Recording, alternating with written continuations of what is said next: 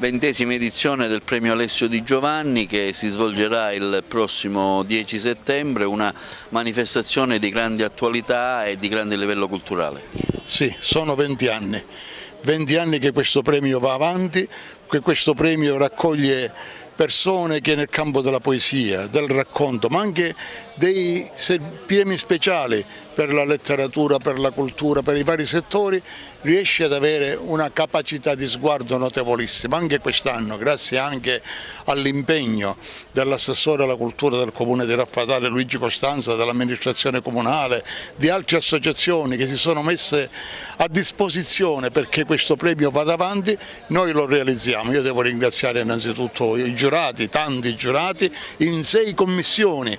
Devo ringraziare tutti coloro che hanno voluto che questo premio si realizzasse. Si farà il 10 di settembre presso la sala del Consiglio Comunale di Raffatale a partire dalle ore 18 e devo sottolineare ancora una volta che è un premio che guarda moltissimo al territorio e rende omaggio a quella grande figura che è stata Alessio Di Giovanni.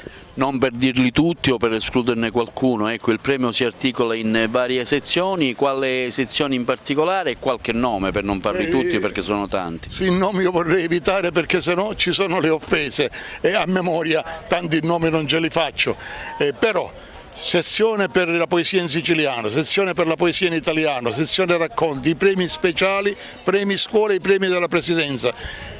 Per esempio, io voglio sottolineare un premio che non offenderà nessuno. Per i premi speciali Annalisa Gianchetti di Licata, un ispettore di polizia, oggi per motivi di salute sulla sedia a rotelle, ma che quando era ispettore di polizia si difendeva i minori, le donne perseguitate da personaggi o mariti o amanti o altro e compagnia bella, quindi una figura molto bella, ma tra tante figure belle che meritano di essere tenute in considerazione.